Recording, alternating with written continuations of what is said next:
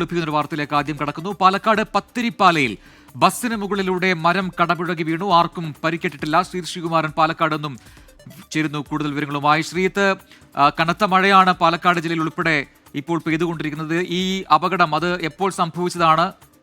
എന്താണ് പറ്റിയത്?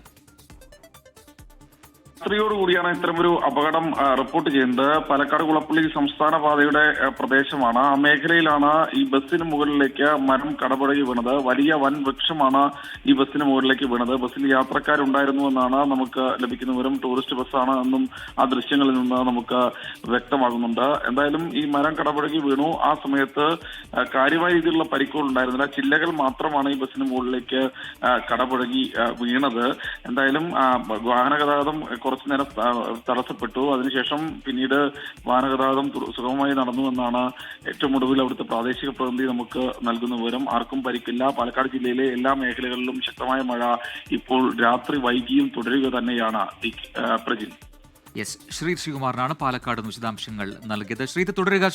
ഈ പാലക്കാടിന്റെ പല മേഖലകളിലും ഇത്തരത്തിൽ മഴക്കെടുതികൾ റിപ്പോർട്ട് ചെയ്യുന്നുണ്ട്. നേരത്തെ മരം കടപുഴകിയുടെ മറ്റൊരു സംഭവം കൂടി ഉണ്ടായിരുന്നു. അവിടെയൊക്കെ ഗതാഗതം തടസ്സപ്പെട്ടു എന്നൊക്കെ വാർത്തകൾ വന്നിരുന്നു. ഈ വൈദ്യുതി ബന്ധം അതൊക്കെ വിച്ഛേദിക്കപ്പെട്ട നിലയിലുണ്ടോ ഇപ്പോഴും പലയിടങ്ങളിലും?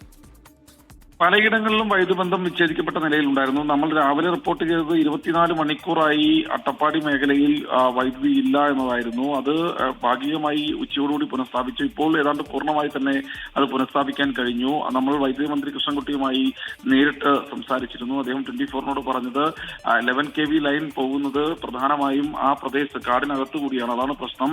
അത് മാറ്റാൻ ആവശ്യമായ നടപടിക്രമങ്ങളിലേക്ക് കടന്നിട്ടുണ്ട്. അത് ഈ ഒരു മഴക്കാലം തീരുന്നതിന് മുൻപ് തന്നെ കഴിയുമെന്ന ഒരു പ്രതീക്ഷയാണ് മന്ത്രി പങ്കുവച്ചത്. എന്തായാലും ചാലിശ്ശേരി മേഖലയിൽ 16 മണിക്കൂറാണ് കഴിഞ്ഞ ദിവസം ഇത്തരത്തിൽ ഒരു പവർ കട്ട് അല്ലെങ്കിൽ ഉണ്ടായത്. എന്തായാലും ഇപ്പോഴും വൈദ്യുതി ഇല്ലാത്ത പല മേഖലകളും ഉണ്ട് എന്ന് നമ്മൾ മനസ്സിലാക്കുന്നു.